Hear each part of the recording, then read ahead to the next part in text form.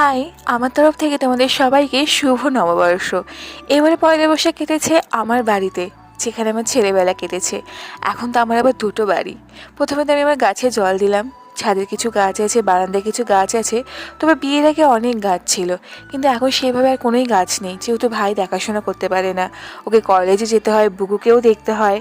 অন্যদিকে পুজোটা সেরে নিলাম। এরপরে দেখি বুকুকে এক কাণ্ড ঘটিয়েছে।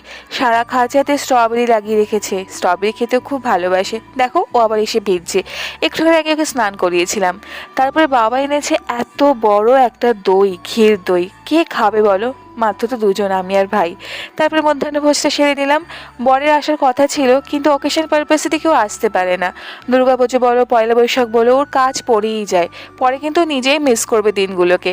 এরপরে ভাই বলে, দিদি একটু আইসক্রিম দে। তারপরে কি দেখি কে কে আর জিতে গেছে। এর চেয়ে খুশি আর কি হতে পারে। তারপর রাতে ডিনারের জন্য বানিয়েছিলাম চিকেন